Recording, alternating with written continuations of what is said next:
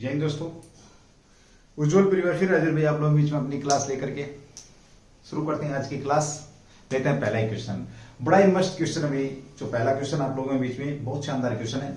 सबसे पहले तो मैं आप लोगों को थोड़ी देर बाद भाई अपना कह सकते हैं कि जो कृष्ण जन्माष्टमी है 12 बजे कृष्ण भगवान का जन्म हो जाएगा, उसकी आपको मुबारकबाद देता हूँ एडवांस में ही। ठीक है, चलिए अभी लगभग मेरे ख्याल में 10:30 का टाइम हो रखा है। चलिए शुरू करते हैं आज का। लेते हैं पहला ही क्वेश्चन, दशेक विवाह अभियान। बड़ा मस्त क्वेश्चन है भाई। अगर काश ये अभियान भारत में भी होता है ना, बेवड़ों की मौज हो जाती। चलिए सबसे पहले बात करते हैं कि ये अभियान जो है ये है क्या, किसने चलाया है। तो आपको बता दूं ये अभियान कहां पर चल रहा है आपका भाई, जापान के अंदर चल रहा है। किसके अंदर चल रहा है, जापान के अंदर ये अभियान चल रहा है। ठीक है, अब जापान का जो टैक्स जो एजेंसी है आपकी, जापान की अगर मैं बात करूं तो एक एजेंसी है जिसका नाम क्या है, नेशनल टैक्स एजेंसी। कौन सी एजेंसी चला रही है इसको, जापान की नेशनल टैक्स जो एजेंसी है, ये एजेंसी इस अभियान को चला रही है। तो अब तक तुम्हारी समझ में ये नहीं आया होगा सर ये इतना शानदार अभियान है क्या। भाई जापान जैसे देश में अभी हाल ही में एक रिपोर्ट आई, उस रिपोर्ट के अनुसार क्या हुआ, जापान के जो युवा लोग हैं वो शराब कम पीते हैं। एक बार मैं एक्सप्लेन कर दूं उसके बाद राइट लूंगा। जापान के लोग क्या कर रहे हैं, शराब कम पी रहे हैं। और जब जापान के लोग शराब कम पी रहे हैं तो क्या उनका जो रेवेन्यू है, यानी कि जो उनकी आय है, जापान की जो आय है वो क्या हो रही है भाई, कम हो रही है। इस बात को मद्देनजर रखते हुए जो आपकी जापान की नेशनल टैक्स एजेंसी इसने एक अभियान लॉन्च किया, दशेक विवाह अभियान। इसका मतलब सीधा सा है कि लोगों को उकसाया जाएगा, यानी कि जापान में युवाओं को शराब पीने के लिए, दारू पीने के लिए, बेवड़ा बनने के लिए उकसाया जाएगा कि आप ज्यादा से ज्यादा शराब का सेवन करें ताकि जो जापान की गवर्नमेंट उसको रेवेन्यू मिल सके। अगर यही अगर काम भारत के अंदर हो रहा होता, थोड़ा सा स्थिति को वापस करते हैं तो मौज हो जाती भाई, है ना। और आपको बता दूं आप अचंभित तो तब होंगे, जापान ने इसकी एक प्रतियोगिता रखी है कि किस प्रकार से ज्यादा लोग जो सबसे ज्यादा शराब पिएगा उसको सम्मानित किया जाएगा। 9 सितंबर को टोक्यो के अंदर एक प्रोग्राम होगा, उस प्रोग्राम में इसको पूरी दुनिया के अंदर चर्चा का विषय है ये। तो 9 सितंबर को आपका कह सकते हैं अक्टूबर सितंबर में एक प्रोग्राम होगा। उस प्रोग्राम के अंदर क्या होगा भाई, उस युवा व्यक्ति को खास करके इस प्रतियोगिता में जो भाग लेंगे, तो इस प्रतियोगिता में जो भाग लेने वाले जो युवा हैं उनकी आयु 20 से 39 वर्ष के बीच के आयु के लोग इस प्रतियोगिता में भाग लेंगे। जो सबसे ज्यादा शराब का सेवन करेगा उसको क्या किया जाएगा, प्राइज दिया जाएगा, उसे पुरस्कार प्रदान किया जाएगा। दूसरी बात करते हैं यहाँ पे, देखिए अब एक तरफ तो ये, दूसरा ये है कि लोगों को इस बात के लिए उकसाया जाएगा कि तुम घर बैठ करके शराब पियो, और साथ में दोस्तों के साथ बैठ करके, ना, बेवड़ों के साथ बैठ करके शराब पीने के जो फायदे हैं वो फायदे बताए जाएंगे किसमें, जापान सरकार को लेकर के। तो बड़े शानदार क्वेश्चन आपके यहाँ पर आ रहे हैं भाई। तो सबसे पहले हम बात करें ये दशेक विवाह अभियान का संबंध किससे, तो शराब के सेवन से है, सेवन से इसका क्या है, संबंध है। दूसरा क्वेश्चन किससे, युवाओं को। इसमें क्या होता है, युवाओं को जिनकी आयु पर मैंने लिख दी, युवाओं को शराब के सेवन के लिए क्या किया जाता है, मोटिवेट किया जाता है या उकसाया जाता है। ये आप लोगों को मालूम होना चाहिए। दूसरा क्या है, इसमें दोस्तों के साथ शराब पीने के फायदे बताए जाएंगे। इस अभियान के तहत क्या बताए जाएंगे, फायदे बताए जाएंगे, ये भी याद रखना। अगला क्या भी, घर बैठ करके घर पर शराब पीने के फायदे बताए जाएंगे। ये भी एक अच्छा क्वेश्चन आपका यहाँ पे बन जाएगा। और ये सारी की सारी जो बात आपका वो किस लिए, तो जापान का जो रेवेन्यू है, या जापान का जो इनकम है उसको वापस लाने के लिए, यानी कि पहले जो अगर हम बात करते हैं 1980 में इस बात को इस तरीके से समझेंगे, 1980 में शराब से जो जापान की जो कमाई होती थी वो कितने प्रतिशत थी, 5% थी भाई। ठीक है, और अब अगर मैं बात करूं 2020 में ये आपकी 1.5% तक आ गई है, 1.5% तक रह गई है। यानी कि जब इतना नुकसान जापान को हुआ तो जापान की कंपनी, जापान की नेशनल टैक्स एजेंसी जो कंपनी ने एक अभियान चलाया, दशेक विवाह अभियान, और इसमें युवाओं को शराब पीने के लिए क्या किया गया है, मोटिवेट किया गया है। ये आपके बीच में यहाँ पर क्वेश्चन बन जाएगा, ठीक है। ओके, 9 सितंबर तक सरकार का अभियान चलेगा। कब तक? 9 सितंबर तक है, 9 सितंबर तक यह अभियान चलने वाला है। ये अभियान कब तक चलेगा आपका? तो 9 सितंबर तक आपका अभियान चलेगा। और इसमें जो शराब के अंदर जो जीतेगा उसको क्या किया जाएगा? 1.7 है भैया, 1.5 की जगह करना आप 2020 तक कितनी रहेगी? 1.7। और 40 वर्ष में कितनी कम हुई है इसमें नोट डाल के लिख सकते हैं। पिछले 40 वर्षों में जो शराब की जो इनकम कम 3.3 कह सकते हो, 3.3% क्या हुई है? गिरी है या कम हुई है, ठीक है। ये भी आपके बीच में क्वेश्चन यहाँ पर बन जाएगा, ठीक है। अब बात करते हैं किसकी भी आपकी, तो 9 सितंबर तक आपका ये अभियान चलने वाला है। और उसके बाद आपका क्या होगा भैया? आपका ज्यादा शराब पीने वाले को 10 नवंबर को, जो ज्यादा शराब, ये कंपटीशन रहेगा, ज्यादा जो शराब पिएगा उसको कब भाई? आपका 10 नवंबर को, याद रखना 10 नवंबर को एक टोक्यो के अंदर, नवंबर को टोक्यो में क्या होगा? एक प्रोग्राम होगा और उसके अंदर इसे क्या दिया जाएगा? जो ज्यादा शराब पिएगा उसे पुरस्कार वितरण किया जाएगा। ये भी शानदार क्वेश्चन आपका यहाँ पर बन जाएगा या पुरस्कार दिया जाएगा। साथ में मैंने आप लोगों को सारी बातें बता ही दी हैं। जापान में अपनी रेवेन्यू को पूरा करने के लिए नेशनल टैक्स एजेंसी ने कार्यक्रम लॉन्च किया था, सेक विवा अभियान। इस अभियान में युवाओं को शराब के लिए क्या किया जाएगा? उकसाया जाएगा। कारण मैंने बता दिया। इसका कारण क्या है? कारण जो लोग क्या है, युवा कम शराब पी रहे, युवा कम शराब पीने के कारण क्या हुआ? युवाओं के कम शराब पीने के कारण आपका जापान का जो इनकम है वो क्या हुई? कम हुई है, ठीक है भाई। जापान की अगर हम बात करते हैं तो सूर्य उदयों के देश के नाम से, जापान को जाना जाता है। दूसरी बात करें 6 अगस्त और 9 अगस्त को क्या आपका जो अगस्त के माह में 2 यहाँ पर 2 अगस्त में आपका 2 अगस्त में 2 यहाँ पर पहले विश्व के पहले परमाणु बम यहाँ पर गिराए गए। और दूसरे विश्व युद्ध की कह सकते हैं इस जापान जैसे छोटे देश ने बहुत बड़े देश जो अमेरिका और ब्रिटेन जैसे देशों को अलग अलग मोर्चों पर बुरी तरीके से हराया था और उसके बाद इसकी कमर तोड़ी। आज भी जापान की अगर बात करें तो बड़ी अर्थव्यवस्था में जापान की गिनती होती है। अंडर 5 अर्थव्यवस्था में जापान आपका अर्थव्यवस्था में आता है और जापान के भारत के साथ बड़े बेहतरीन संबंध है। चलिए एक बार स्क्रीनशॉट लेंगे, उसके बाद अगले क्वेश्चन के ऊपर बात करते हैं भाई। नई दिल्ली चर्चा में सबसे पहले बात करें तो भाई दिल्ली, आपको पता है नई दिल्ली या दिल्ली देश की राजधानी है तो चर्चा में रहती है। लेकिन अभी हाल ही में एक हेल्थ इन्फेक्टेड एक रिपोर्ट आई है, उसको लेकर के चर्चा में बात करेंगे। चर्चा में क्यों है? तो HEI की एक रिपोर्ट आई है। HEI की रिपोर्ट की अगर हम बात करें, हेल्थ इफेक्ट इंस्टीट्यूट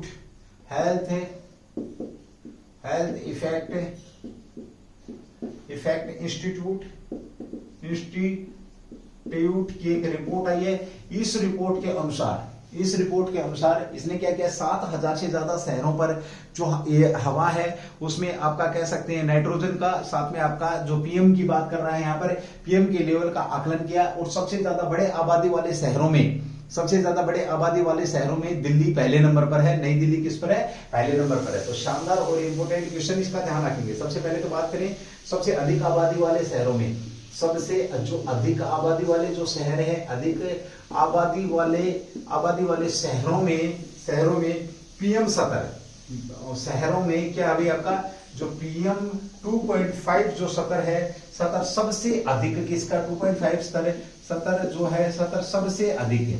सबसे जो अधिक है वो किसका पाया गया अभी? आपका दिल्ली का। और ये रिपोर्ट किसने दी? आपकी HEI के द्वारा एक रिपोर्ट जारी की गई। उस रिपोर्ट में ये बात बोली गई कि जो सबसे अधिक आबादी वाले जो शहर हैं विश्व में, उसमें PM 2.5 सबसे अधिक कहां पर पाया गया? आपका दिल्ली में पाया गया है, ठीक है भाई। ओके, अब बात आती है कि इस रिपोर्ट का जो संबंध है ये कहां से है? ये रिपोर्ट कहां की, इसका संबंध कहां से है?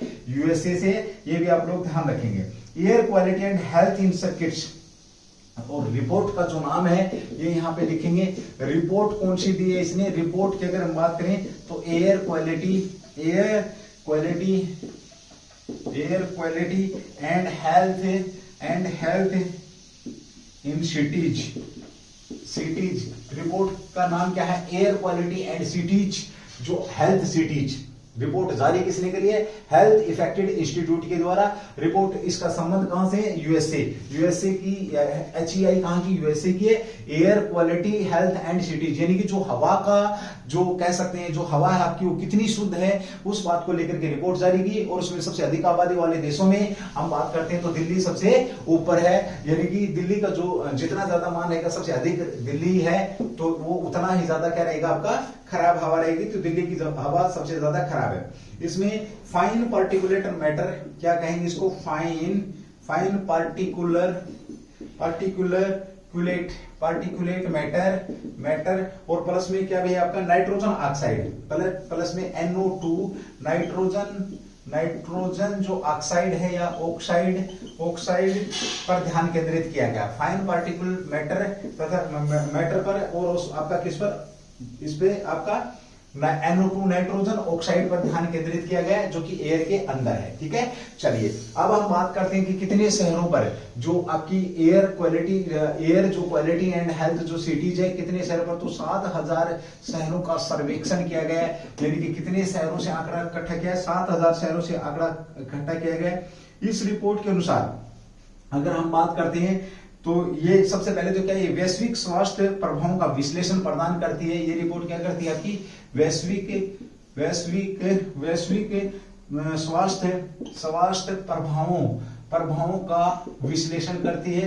वैश्विक स्वास्थ्य प्रभावों का विश्लेषण, यानी कि विश्व के स्वास्थ्य के ऊपर कौन कौन से जो प्रभाव डाल रहे हैं उनका विश्लेषण करती है। 7000 शहरों का सर्वेक्षण किया गया। दिल्ली को पहले नंबर पर लिया इसने। 2010 से 2019 तक फाइन पार्टिकुलर की अगर मैं बात करूं, 2010 से और 2019 तक की जो पीएम है आपका, पीएम की अगर हम बात करते हैं, फाइन पार्टिकुलर 2.5 में सबसे अधिक वर्दी वाले 20 शहरों में, देखिए आंकड़ा बड़ा ही खतरनाक है। 2010 से लेकर के 2019 के बीच में PM 2.5 सबसे अधिक वर्दी वाले यानी कि बढ़ोतरी या वर्दी वाले शहरों में अगर हम बात करें तो 20 शहर हैं। कितने शहर हैं आपके? 20 शहरों में। भारत की कितने शहर हैं? तो 18 शहर भारत में है। 18 शहर, बड़ा खतरनाक बात है, बड़ी ही भयानक बात है। 18 शहर कहां के हैं? ये भारत के हैं। 18 का जो शहरों का जो आंकड़ा है, ये शहर 18 शहर कहां के? आपके भारत के हैं। तो ये भी ध्यान रखेंगे आप लोग, अच्छा क्वेश्चन यहाँ पे बन जाएगा।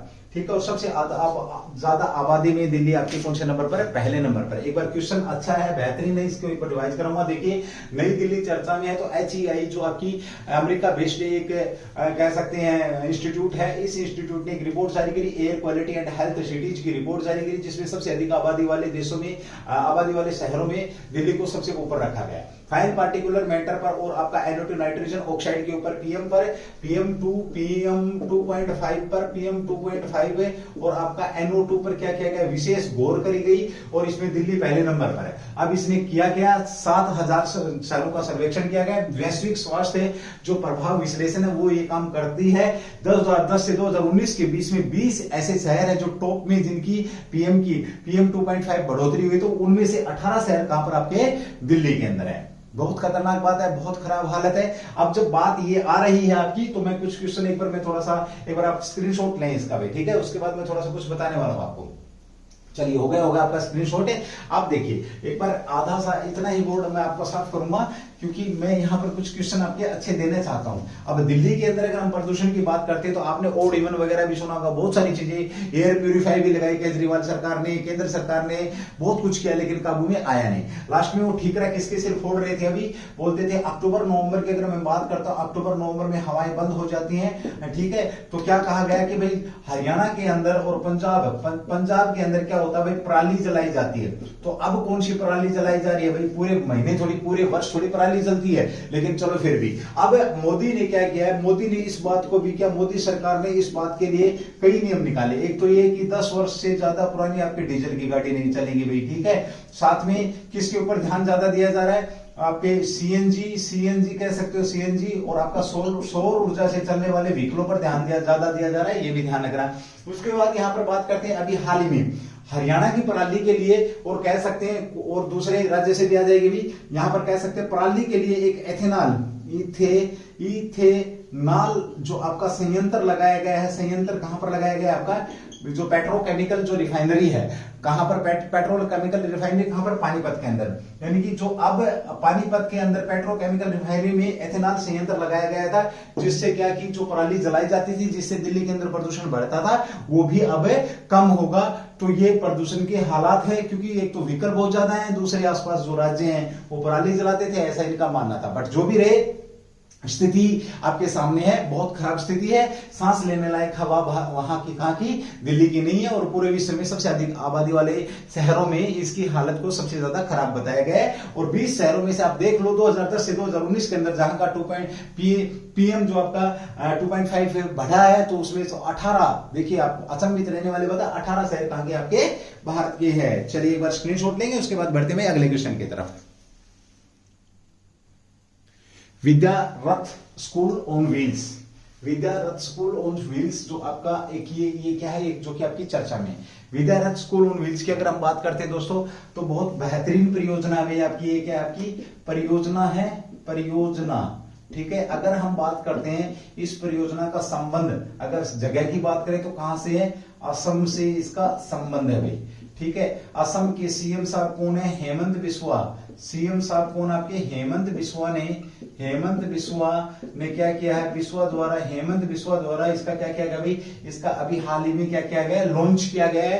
कहां से किया गया लॉन्च, अगर ये पूछिए आपका, तो ये गुवाहाटी से इसे लॉन्च किया है। और इनके साथ में कौन थे, गुवाहाटी में, आपको पता, अगर असम का हाईकोर्ट पूछे तो आपका कहां पर है, गुवाहाटी के अंदर है। और यहां पर अगर मैं बात करूं तो यहां पर छाया, RM छाया, जो हाईकोर्ट के जो जज हैं, कौन है, RM छाया जो थे, ये भी यहां पर इनके साथ थे, सीएम साहब के साथ थे।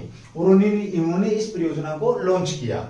अब इस परियोजना का वैसे पूछे क्षेत्र, किस क्षेत्र से, तो शिक्षा से इसका क्या भी संबंध है, शिक्षा से संबंध है। किसके लिए, विशेष तौर पे जो विकलांग जो बच्चे हैं भाई, विकलांगों के लिए जो आर्थिक रूप से, जो क्या आपके, जो आर्थिक रूप से कमजोर जो बच्चे हैं, आर्थिक रूप से जो कमजोर हैं, विकलांग जो आर्थिक रूप से कमजोर हैं, उनके लिए आपका विद्यारथ स्कूल ऑन व्हील्स ये परियोजना लॉन्च करी गई है। इसके तहत क्या होगा भाई, 10 महीने तक जो प्राथमिक जो शिक्षा है, प्राथमिक शिक्षा प्रदान की जाएगी, ठीक है। उसके बाद इन्हें क्या, पारंपरिक जो शिक्षा है, पारंपरिक जो शिक्षा है उसमें इनको लाया जाएगा। और इसके बाद इन्हें क्या होगा भाई, दोपहर का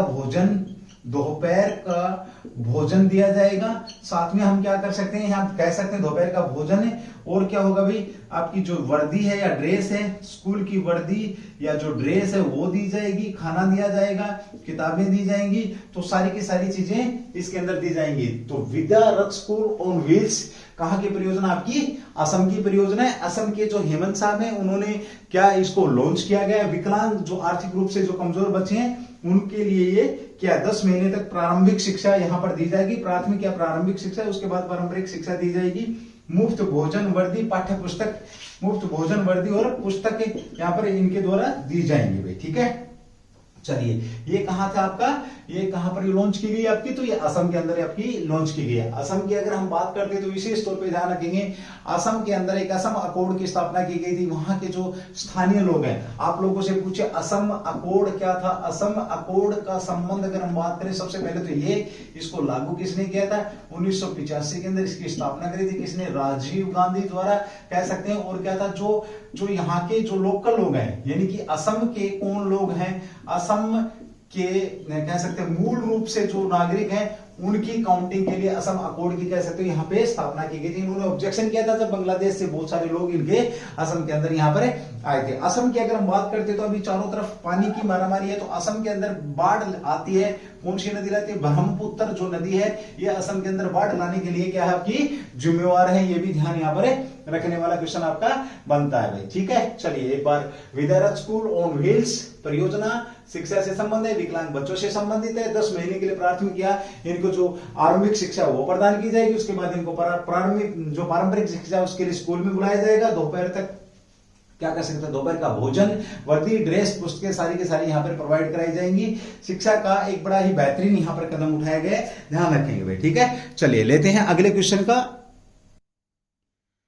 चलिए, विश्व मानवतावादी दिवस कब मनाया जाता है? वर्ल्ड जो आपका ह्यूमन डे की अगर हम बात करते हैं, विश्व मानवतावादी दिवस, तो सबसे पहले तो बात ये आती है ये क्यों मनाया जाता है? तो मानव सेवा में अपनी जान जोखिम पर डालने के लिए जो जिन लोगों ने, कह सकते हो क्यों मनाया जाता है, सबसे पहले तो ये बात करें तो मानव सेवा में जिन लोगों ने अपनी जान को क्या किया भाई, जान को जोखिम में डाला या जिनकी जान चली गई, उनकी याद में इसको मनाया जाता है। उनकी याद में इस दिवस को मनाया जाता है। पूरे विश्व में मनाया जाता है। पूरे विश्व में इस दिवस को मनाया जाता है। जिन लोगों ने मानव सेवा में अपनी जान कुर्बान कर दी, तो उनको कह सकते हैं उनकी याद में, या उनको श्रद्धांजलि के लिए उनको इसको मनाया जाता है। ये आपका शानदार क्वेश्चन यहाँ पे बनता है। ठीक है भाई, चलिए अब बात करते हैं ये मनाया कब जाता है, तो 19 अगस्त आज ये आपका मनाया गया है, याद रखेंगे। अब सबसे पहले बात आती है इसको प्रस्तुत किसने किया था, या किसके द्वारा इसको प्रस्तुत किया गया था? तो स्वीडन के द्वारा। स्वीडन ने क्या किया था, इसे प्रस्तुत किया था कि ऐसा होना चाहिए। कब की बात है भाई? आपकी 2009 की। ठीक है, अब यहां पर 19 अगस्त को क्यों मनाया गया? तो 19 अगस्त को हम यहां पर बात करते हैं तो बगदाद के अंदर क्या हुआ था, एक बम विस्फोट हुआ था। इस विस्फोट में काफी लोगों की जान गई थी। तो उन लोगों की जान जो जान गई है, उनको श्रद्धांजलि अर्पित करने के लिए ये आपका दिवस मनाया गया है यहाँ पर। अब देखिए, तो कब की बात है? 2000। सबसे पहले हम यहां पर बात लेते हैं तो इराक के अंदर महासचिव थे, इराक में महासचिव थे, और कौन थे? सिर्जियो जो महासचिव थे, सिर्जियो विएरा, इनका पूरा नाम लिख लेंगे, विएरा डी मेलो के साथ क्या, और उनके प्लस 21 जो सहयोगी थे। इन सर्जियो विएरा डी जो मेलो है, इनके 21 सहयोगियों के साथ है। सहयोगी कितने थे? 21 सहयोगियों के साथ एक बम विस्फोट में 19 अगस्त को इनकी जान चली गई थी। तो इनकी याद में भी ये आपका मनाया जाता है, ध्यान रखेंगे। ठीक है भाई, ओके। कब की बात है भाई? आपका ये 19 अगस्त 2003 में इनकी जान गई थी। तो ये याद रखना भाई, ठीक है। चलिए अब बात करते हैं इसे संयुक्त राष्ट्र महासभा द्वारा प्रस्ताव कब रखा गया था? तो आपका संयुक्त संयुक्त राष्ट्रीय महासभा द्वारा प्रस्ताव की अगर हम बात करते हैं तो 2008 में प्रस्ताव रखा गया था और स्वीडन द्वारा प्रायोजित किया गया था, और 2009 में इसे सुनिश्चित कर दिया गया। 2009 में इस दिवस को क्या कर दिया गया? सुनिश्चित कर दिया गया। ध्यान रखेंगे भाई, ठीक है। चलिए, ये था आपका क्या, विश्व मानवतावादी दिवस WHD। कब आपका? तो 19 अगस्त को ये मनाया जाता है। प्रस्तुत या प्रयोजित, एक ही बात है भाई, प्रयोजित किसके द्वारा किया गया था? तो स्वीडन के द्वारा। UNGA आपका जो संयुक्त महासभा है, उसमें कब? 2008 के अंदर। 2009 में इसको मान लिया गया था। 19 अगस्त 2003 को सर्जियो विएरा डी मेलो और उनके 21 सहयोगियों की बम विस्फोट में क्या हो गई थी? मृत्यु हो गई थी। तो उन्हीं के उपलक्ष्य में कह सकते हैं मानव सेवा में जिन लोगों ने अपनी जान जोखिम में डाली है, जिन्होंने अपनी जान कुर्बान करी है, उनको श्रद्धांजलि और उनकी याद में ये आपका दिवस पूरे विश्व में मनाया जाता है भाई, ठीक है। चलिए स्क्रीनशॉट लेंगे इसका भाई। चलिए भाई, हैदराबाद अंतरराष्ट्रीय एयरपोर्ट चर्चा में आपका, अगर हम हैदराबाद अंतरराष्ट्रीय एयरपोर्ट की बात करते हैं तो ये चर्चा में क्यों है? अभी ये चर्चा में इसलिए है कि जो आपके डीजी यात्रा प्रोसेसिंग प्लेटफॉर्म को लेकर के, किसको? डीजी यात्रा प्रोसेसिंग प्लेटफॉर्म को लेकर के यहाँ पर चर्चा की गई है। 18 अगस्त से इसने 3 महीने के लिए यहाँ पर ये लागू कर दिया गया है। कहाँ पर? हैदराबाद के अंदर। अब इसको इस बात से समझेंगे कि यानी कि आप जब एयरपोर्ट पे जाते थे, पासपोर्ट लेके जाएंगे, वीजा लेके जाएंगे, सारी चीजें लेकर के जाएंगे, तो वहां पे हमें जो चेकिंग वगैरह है, सेफ्टी लेकर के सारी चीजें हमें कंसल्टेट वहां पे करनी पड़ती थी। अब यहाँ क्या किया गया है हैदराबाद के अंदर 18 तारीख से, यानी कि कल से आप जाएंगे, आपकी आंखों से, आपका टच से आपके आंखों से आपके हर टच पॉइंट के ऊपर आपका सिर्फ टच से यानी कि डिजिटलाइजेशन के माध्यम से क्या किया जाएगा, आपका प्रूफ कंसल्ट जो प्रोसेसिंग है, प्रूफ कंसल्ट प्रोसेसिंग भी आपका कहां से, या प्रोसेसिंग प्रूफ कंसल्ट जो भी आप समझे, यानी कि अगर आपने आईडी प्रूफ भी करना है तो आपका सिर्फ है किससे हो जाएगा, आपका प्रूफ के तौर पर भी आपका जो डिजिटल के माध्यम से, डिजिटलाइजेशन के माध्यम से आपका वहां पे हो जाएगा। यानी कि जैसे आपके चेहरे को देखेंगे, आपके अंगूठों को जो बायोमेट्रिक है उसको चेक करके, और सबसे बड़ी बात ये कि हर टचिंग पॉइंट पे आपको 3 सेकंड के अंदर आपको कंफर्म कर दिया जाएगा। यानी कि बहुत सारा जो डॉक्यूमेंट है डॉक्यूमेंट लेके जाने की जरूरत नहीं पड़ेगी, सेफ्टी के लिहाज से भी बड़ा अच्छा है। और 18 अगस्त से आपका शुरू कर दिया गया है देश के अंदर, हैदराबाद के अंदर। तो चलिए इसके ऊपर जो क्वेश्चन आप लोगों से पूछे जाएंगे, सबसे पहले तो बात करते हैं इसकी। तो ये आपका डीजी यात्रा प्लेटफॉर्म, डीजी यात्रा प्लेटफॉर्म को लेकर के आपका ये चर्चा में है भाई। चर्चा में क्यों, तो डीजी यात्रा प्लेटफॉर्म को लेकर के चर्चा के अंदर है। उसमें यात्रियों को डिजिटल प्रोसेसिंग को प्रूफ ऑफ जो यात्रियों का क्या भाई, यात्रियों का जो डिजिटल प्रोसेसिंग को, यात्रियों के डिजिटल जो प्रोसेसिंग है, प्रोसेसिंग प्रूफ ऑफ कंसेप्ट, अब जो आपका कंसेप्ट के रूप में इस्तेमाल किया गया, प्रूफ जो आपका है, प्रूफ ऑफ कॉन्सेप्ट के रूप में इसको क्या किया गया, प्रयोग किया गया। ठीक है, कब इसको प्रारंभ किया गया हैदराबाद के अंदर, तो 18 अगस्त 2022 से इसको प्रारंभ किया गया। कब तक किया जाएगा, ये आपका 3 महीने के लिए यहाँ पर ये लागू किया गया है। ठीक है भाई, अब बात आती है कि कहीं और भी लागू होने वाला है। हाँ भाई, ये उड़न मंत्रालय किसके, जो उड़न मंत्रालय, नागरिक उड्डयन जो मंत्रालय उसकी विज्ञप्ति के अनुसार, तो कौन मंत्री भी लिख लेना, ज्योतिरादित्य सिंधिया के अनुसार यहाँ पर ये कहा गया था कि कौन कौन सी जगह पर आपका तो ये होने वाला है। ये आपका 2-3 जगह पर आपका, और जो आपके कह सकते हैं जिसमें जैसे दिल्ली वगैरह है आपका, यहाँ पर ये लागू किया जाएगा। ठीक है, उड़न मंत्रालय के अनुसार, और 3-4 जो आपके एयरपोर्ट है वहां पे ये लागू किया जाएगा। अब इसमें और क्या होता है, देखिए बायोमेट्रिक पहचान होती है। मैट्रिक पहचान के जरिए यात्रियों को अंदर भेजा जाता है। ये भी कह सकते हैं बायोमेट्रिक टेक्नोलॉजी पर आधारित सिस्टम है ये। अगर हम बात करें सिस्टम जो आपका डीजी यात्रा प्लेटफॉर्म, तो किस पर आधारित आपका ये बायोमेट्रिक जो टेक्नोलॉजी, टैग करके छोड़ रहा हूं भाई, टेक्नोलॉजी सिस्टम, SYS सिस्टम के आधार पर ये आपका काम करता है, ये भी ध्यान रखेंगे। इसकी अगर हम बात करते हैं तो इसे बेस्ट के नाम से भी जाना जाता है। इस सिस्टम को क्या बोला जाता है, बेस्ट। और बेस्ट की फुल फॉर्म बात करें तो ये हो जाएगा आपका बायोमेट्रिक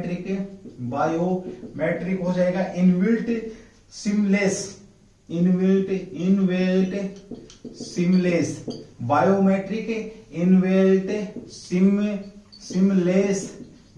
इनबिल्ट सिमलेस ट्रेवल जो एक्सपीरियंस है, एक्सपीरियंस के नाम से भी इसको जाना जाएगा। Biometric inbuilt seamless travel system के नाम से भी इसको जाना जाएगा भाई। ठीक है, तो दूसरा नाम क्या हो जाएगा इस सिस्टम का, biometric inbuilt seamless travel system या एक्सपीरियंस के नाम से इसको जाना जाएगा। ये भी आपका यहाँ पर ध्यान रखेंगे। सिग्नेचर जो आपके रहेंगे डिजिटल रहेंगे। पेपरलेस ट्रेवल की सुविधा प्रदान होती है। इसमें क्या होता है आपका भाई, पेपरलेस जो ट्रेवल है, ट्रेवल की सुविधा आपसे सीधा पूछेगा, भारत के अंदर पेपरलेस ट्रेवल की सुविधा जो है कहां पर प्रदान की गई, तो हैदराबाद अंतरराष्ट्रीय एयरपोर्ट पर ये आपकी सुविधा प्रदान की गई है। यहाँ पर ये भी आपका शानदार क्वेश्चन यहाँ पे बन जाएगा भाई। ठीक है, चलिए सिग्नेचर हो गए आपके, इनबिल्ट हो गया आपका। अब हम यहां पर बात करते हैं 3 सेकंड में। याद रखना भी 3 सेकंड के अंदर कितना आपका लिख दिया भी होगा मैंने, नहीं तो 3 सेकंड के अंदर बताया है 3 सेकंड के अंदर हर टच पॉइंट पर आपको क्या किया जाएगा, फ्री किया जाएगा। यानी कि 3 सेकंड में आपकी जो जानकारी है वो सारी की सारी आपकी निकल करके आ जाएगी। ठीक है, और कहां कहां पर होना है, जैसे मैंने बात करी थी यहाँ पर, तो आपका दिल्ली के अंदर होना है हैदराबाद के बाद। और कहां पर होगा भैया, दिल्ली, हैदराबाद, बेंगलुरु और कोलकाता। दिल्ली प्लस हैदराबाद प्लस बेंगलुरु और कहां पर होगा आपका ये कोलकाता के अंदर भी आपका होने वाला है, और कहां पर होगा, विजयवाड़ा, विजयवाड़ा पर भी होगा, और कहां पर होगा, वाराणसी, वाराणसी। इतने जो एयरपोर्ट हैं ये यहां पर लागू होने वाला है। और किस विज्ञप्ति में, 2018 के अंदर, उस समय खैर ज्योतिरादित्य सिंधिया नहीं जुड़े मंत्री, लेकिन जो भी रहे उड़न ने जो मंत्रालय था, उस मंत्रालय ने 2018 में दिल्ली, हैदराबाद, बेंगलुरु, विजयवाड़ा और वाराणसी के लिए बात बोल दी थी कि हम डीजी यात्रा प्लेटफॉर्म में उस समय लागू करने वाले हैं। तो शानदार क्वेश्चन था आपका, याद रखेंगे। अब थोड़ा सा हैदराबाद की अगर हम बात करते हैं तो हैदराबाद किस नदी के किनारे बसा है आपका, तो ये अगर हम बात करें तो किस नदी के किनारे, मूसी नदी के किनारे है या गोमती नदी, मूसी। नवाबों का, निजामों का शहर, निजामों का शहर किसको बोला जाता है, हैदराबाद को बोला जाता है। भारत में कब मिला है, 1948 में। किससे मिलाया था, पुलिस ऑपरेशन के द्वारा, पुलिस ऑपरेशन के द्वारा इसको मिला। इसमें पुलिस हुए आपकी आर्मी दोनों की मिलीजुली कार्रवाई थी, उसके द्वारा इसको भारत में मिलाया गया था। चलिए एक बार स्क्रीनशॉट लेंगे एंड देन उसके बाद अगले क्वेश्चन की तरफ बढ़ते हैं। चलिए, स्टार्टअप का समर्थन करने के लिए किस बैंक ने अपनी पहली समर्पित शाखा लॉन्च करी है, ये इंपॉर्टेंट क्वेश्चन है भाई, मोस्ट इंपोर्टेंट क्वेश्चन है। आपको कहीं ना कहीं 2022 के अंदर ही आपको देखने को मिल जाएगा किसी न किसी एग्जाम में जरूर, ठीक है। चलिए भाई बात करते हैं आपकी इसकी, तो इस क्वेश्चन को तो मैं करा ही दूंगा, याद रखना है, ठीक है। चलिए 1 घंटा और आपका बाकी रह गया भाई। कृष्ण जो जन्म होने वाला है 12 बजे, तो 1 घंटा और बाकी है। तो जिन लोगों ने व्रत कर रखा है, जो 12 बजे जिन्होंने खाना खाना है, 12 बजे कृष्ण भगवान के जन्म के बाद है, तो वो उन्हें 1 घंटा और इंतजार करना पड़ेगा, है ना। चलिए पेपर में तो नहीं आएगा, बट मैं आपको कुछ बातें बोलना चाहूंगा यहाँ पे। कृष्ण जन्माष्टमी की अगर हम बात करते हैं तो सबसे पहले बात आती है कि कृष्ण भगवान से हमारे को बहुत कुछ सीखने को मिलता है। जैसा कि सबसे पहले बात करते हैं, देखिए किसी भी भगवान की अगर हम फोटो देखते हैं तो पर हंसते हुए किसी भी भगवान की, मुस्कुराते हुए किसी भी भगवान की फोटो नहीं मिलती है। जबकि अगर मैं बात करूं कृष्ण भगवान की, तो सबसे पहले हमें सबसे पहला चेहरा हमें कृष्ण भगवान का याद आता है, जो कि हर पिक्चर के अंदर, हर फोटो के अंदर मुस्कुराते नजर आते हैं। तो इससे सीखने को मिलता पहली बात तो ये कि कैसी भी परिस्थिति हो। और सच बात यह है कि मैं पिछले 8 बजे से लगा हुआ कि कैसे मैं ऑनलाइन लाइव आऊं, लेकिन नहीं सक्सेस हुआ। तो कोई बात नहीं, मैंने क्या सोचा कि ठीक है कोई बात नहीं, अब मैं इनको एक क्लास लोड करके ही दे देता हूं, ठीक है। कैसी भी स्थिति हो आपको हमेशा मुस्कुराते रहना है। अगर आप मुस्कुराते हैं तो अगला, आज कलयुग की बात करें तो इस कलयुग में अगला टेंशन में हो जाएगा कि ये तो बहुत ज्यादा खुश है, ठीक है। खैर हमारा मकसद उसको टेंशन देना नहीं है, अपने आप को खुश रखने से है। तो पहली शिक्षा हम कृष्ण भगवान से ये लेते कि किसी भी प्रकार की स्थिति हो हमें घबराना नहीं है, कैसी भी स्थिति हो हमें खुश रहना है। पहली शिक्षा आपकी ये देते हैं कृष्ण भगवान। दूसरी शिक्षा की अगर हम बात करते हैं, देखिए सामर्थ्य होते हुए भी उन्होंने हमेशा झुकना सीखा। सामर्थ्य होते हुए भी जो झुक जाए, यानी कि देखिए उनके हाथ में अगर मैं बात करूं, जो सबसे ज्यादा शक्तिशाली वेपन की बात करें, अंग्रेजी में वेपन वैसे हथियार की बात करें तो सुदर्शन चक्र उनके हाथ में होता था, और वो उससे किसी का भी वध कर सकते थे। लेकिन फिर भी उन्हें किस नाम से जाना जाता है, मुरली वाले के नाम से जाना जाता है, यानी कि उनके हाथ में बंसी भी है, ठीक है, और उन्हें मुरली वाला बोला जाता है। कारण यानी कि सामर्थ्य होते हुए भी वो प्रेम के प्रति भी, प्रेम राग द्वेष, उन्होंने हर प्रकार की कहें तो दुनिया की जो अपना एक व्यक्तित्व जो प्रस्तुत किया, वो बहुत ही बाहरी व्यक्तित्व यहाँ पे प्रस्तुत किया। दुनिया से एक माँ बाप का सम्मान नहीं किया जाता, उन्होंने उन दोनों माँ बाप। यहाँ पे मैं एक बात बोलूं कृष्ण भगवान की, तो देखिए हम कलयुग में अगर हमारे से कोई चीज छूट जाती है तो हम बड़े रोते रहते हैं। तीसरी शिक्षा ये हो गया, मेरे को ये नहीं मिला, मेरे को वो नहीं, मेरे ये निकल गया, मेरा आज उससे ब्रेकअप हो गया, आज उससे पिचअप हो गया। तो बहुत सारी चीजें हम यहाँ पे देखने को मिलती है। लेकिन याद रखना तीसरी शिक्षा आप कृष्ण भगवान से लेंगे, जन्म लेते ही माँ बाप बिछड़ गए, कोई परवाह नहीं, ठीक है। उसके बाद जिन्होंने पाला पोसा वो भी छूट गया, चलिए कोई बात नहीं है, फिर भी खुश हैं। उसके बाद गोकुल छूट गया, गोकुल की गोपिकाएं छूट गई, उनके यार दोस्त छूट गए, वो भी कोई बात नहीं है भाई, ठीक है, वो भी सहन किया। मथुरा छूट गया ताकि जरासंध से बार बार युद्ध ना करना पड़े, तो भी कोई बात नहीं है, मथुरा को छोड़ दिया तो भी खुश हैं। उसके बाद द्वारिका बसाई, वो भी डूब गई, चलो कोई बात नहीं है, तो भी खुश हैं। यानी कि बहुत सारी चीजें यहाँ उन्होंने उनसे छूटी जीवन से, लेकिन फिर भी उन्होंने कभी, और सबसे प्यारी जो जिनसे वो जिन्हें प्रेम करते थे, प्रेम का जो पाठ पढ़ाया, यानी कि जो राधा रानी थी वो भी छूट गई, फिर भी उन्होंने अपनी जिंदगी को जिया। तो ये भी यहाँ पर, यानी कि जीवन में बहुत सी चीजें आती हैं और छूट जाती है, तो उसको लेकर के कभी टेंशन में नहीं बैठना कि मेरी तो ये चीज निकल गई, हाय रे हाय मैं क्या करूं। तो अगली शिक्षा आप कहाँ कृष्ण भगवान से ये ले सकते हैं। दूसरी शिक्षा, आज अगर कोई व्यक्ति, अगर आपकी मैं चौथी पांचवी शिक्षा की बात करूं तो आज अगर कोई व्यक्ति, अगर हम बात करें तो मित्रता अगर करता है और वो मित्र अगर कोई कष्ट में फंस जाता है तो उसकी कोई मदद नहीं करता, बोलते हैं बिगड़े बनी के सब साथी हैं, बिगड़े का कोई साथी नहीं होता। लेकिन यहाँ कृष्ण भगवान ने जस्ट विपरीत काम करके दिखाया। और क्या किया, द्वारिकाधीश होते हुए भी उन्होंने एक गरीब ब्राह्मण की मित्रता और उसे गले से लगाया, यानी कि मित्रता को उन्होंने दिखाया है दुनिया के अंदर की मित्रता क्या होती है। ठीक है, शक्तिशाली होते हुए भी उन्होंने अपने मित्र के लिए सारथी का रूप धारण किया और अर्जुन के साथ उन्होंने किया। तो उन जो देवता, जो उन भगवान का आज जन्म होने वाला है, तकरीबन 11:10 हो चुकी हैं, आपके बीच में अभी 50 या 51 मिनट कह सकते हैं अभी बाकी हैं इनके जन्म में। तो मेरी तरफ से आज इस जन्मदिन पर, जो जन्म अष्टमी कृष्ण भगवान की जो जन्म दिवस है, इस पर ये सारी की सारी शिक्षाएं आप लोग ग्रहण करेंगे भाई। ठीक है, और यहाँ इन्हें अपने आप से जोड़ेंगे। जैसे कि अगर मेरा एक पेपर निकल गया, मेरा पेपर नहीं क्लियर हुआ, कोई बात नहीं, दूसरा पेपर आपके पास है, ऑप्शन है। ये एक अलग बात है कि टारगेट के प्रति आपने डेडिकेशन कब तक दिखाना, उस पेपर के प्रति 100% डेडिकेशन दिखाना आपने, जब तक आप पेपर दे करके बाहर नहीं आ जाइए, या जब तक कॉलेज टाइम अप आपका पेपर खत्म, उसके बाद आप उस चीज को भूल जाइए। क्योंकि कृष्ण भगवान ने ये बोला था कि तू वो कर अर्जुन, तू वो कर, गीता के अंदर उपदेश दिया था, अर्जुन तू वो कर जो तू चाहता है, होगा वो जो मैं चाहूंगा। तो यहाँ पे कृष्ण अर्जुन ने बोला था कि आप मेरे बहुत बड़े सखा मित्र प्रेमी हैं, तो फिर मुझे करने की क्या जरूरत है। तो उन्होंने बोला कि नहीं, कर्म तो तुझे करना ही पड़ेगा, क्योंकि मैं चाहूंगा भी तभी जब तुम कर्म करोगे। तो पेपर की तैयारी तो तुम्हें करनी ही पड़ेगी, पेपर देना भी पड़ेगा। ठीक है, लेकिन ये नहीं कि पेपर देने के बाद हाय रे अगर ये मेरा पेपर क्लियर नहीं हुआ तो मैं चला जाऊंगा। काफी बार क्या होता है कि बहुत से लोग मेहनत करते हैं, आज आपको लगेगा कि सर ने तो प्रवचन शुरू कर दिए क्लास छोड़ के, नहीं भाई, ये 10 मिनट आपके बीच में या 5-7 मिनट है, बड़ा मैटर करेंगी। ध्यान रखना, इनकी एक एक बात को, एक एक शब्द को सुनोगे तो आपको इनका अर्थ बहुत ही ज्यादा गहरा मिलेगा। यहां पर मैं बात करूं, अगर जैसे आपका कोई एक पेपर छूट जाता है, आप उसके अंदर असफल हो जाते हैं, बहुत से लोग बड़ी मेहनत करते हैं और बहुत कुछ होता है, लेकिन कभी कभी मैं यहाँ पर बात करूं कि हमें असफलता हासिल होती है, तो उस असफलता से कभी घबराना नहीं चाहिए, क्योंकि रात के बाद हमेशा सवेरा होता ही होता है, दुख के बाद हमेशा सुख आता ही आता है, असफलता के बाद हमेशा सफलता मिलती ही मिलती है।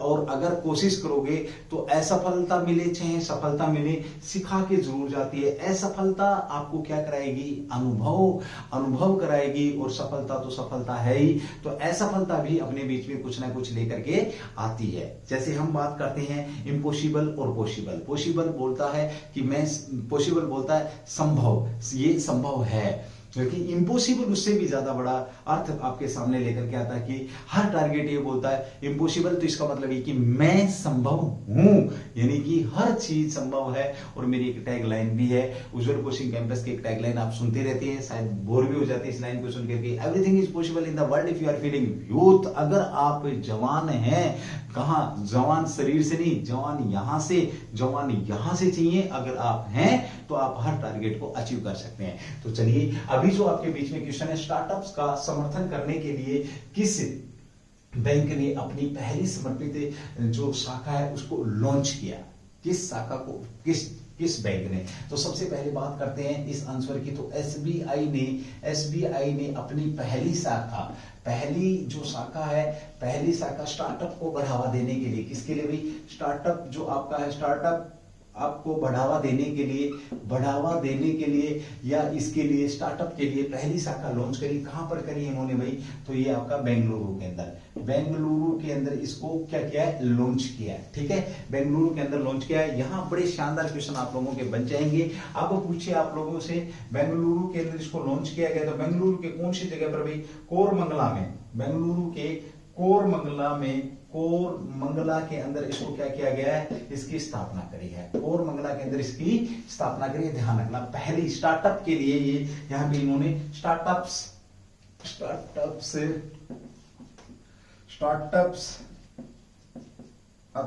का समर्थन करने के लिए इन्होंने पहली अत्याधुनिक जो शाखा लॉन्च करी है, यहां पर अत्याधुनिक आधुनिक यानी कि जो स्टार्टअप्स के लिए क्या लोन वगैरह, पैसे वगैरह, जो भी जो हर संभव जो यहाँ पर ये क्या करेगा, मदद करेगा। तो पहली शाखा कहाँ पर कर दी इसने, बेंगलुरु के कोरमंगला नामक स्थान पर किया। दूसरी शाखा की अगर मैं बात करूं तो ये कहां पर भाई आपकी गुरुग्राम के अंदर लॉन्च होगी दूसरी शाखा। तीसरी शाखा की अगर मैं बात करूं तो कहां पर, हैदराबाद के अंदर जो एसबीआई आपकी ये लॉन्च करने वाला है। और ये जो सारी की सारी जो जानकारी आपकी दी गई है, ये जानकारी किसने दी है, तो एसबीआई के जो निदेशक हैं, एसबीआई के निदेशक कौन है, तो दिनेश जो खारा साहब हैं, इन खारा साहब ने ये बात बताई है कि हमने एक अत्याधुनिक जो लॉन्च करी है, पहली स्टार्टअप को समर्थन देने के लिए पहली ब्रांच लॉन्च करी है। कहां पर है, तो बेंगलुरु मंगलम में, और दूसरी हम कहां करेंगे, गुरुग्राम के अंदर करेंगे, तीसरी हैदराबाद के अंदर। और ये बात किसने बोली है आपकी, तो दिनेश खारा साहब ने ये बात को बोला। अब देखिए यहां पर हम थोड़ी सी बात करेंगे एसबीआई की। तो इसका जो स्वरूप है वो कैसा आपका भाई, आपको मालूम है कैसा स्वरूप है, सार्वजनिक स्वरूप है। याद रखना, सार्वजनिक स्वरूप क्या क्या करता है, ये बीमा करता है, आपको ऋण देता है, आपका क्रेडिट कार्ड, डेबिट कार्ड, ये पूरी की पूरी कार्रवाई आपका ये उद्योग यहाँ पर ये एसबीआई करता है। ठीक है, अब बात आती है एसबीआई की हेडक्वार्टर की। अगर हम बात करते हैं तो कहां पर है आपका, मुंबई मेरी जान, है ना, मुंबई के अंदर इसका हेडक्वार्टर है। दूसरी बात यहां पर हम करते हैं इसकी स्थापना को लेकर के। तो ये क्वेश्चन बड़ा अच्छा क्वेश्चन है स्थापना की। अगर हम बात करते हैं तो देखेंगे एक एक पॉइंट आपके बीच में मैं लेकर के आया हूं भाई। स्थापना की बात करते हैं तो याद रखना भाई 2 जून 1806 में एक बैंक की स्थापना हुई। 2 जून 1806 में आपका बैंक ऑफ कलकत्ता, कौन सा बैंक बना आपका, बैंक ऑफ कलकत्ता की स्थापना हुई। कलकत्ता की स्थापना हुई कब हुई है, 2 जून 1806।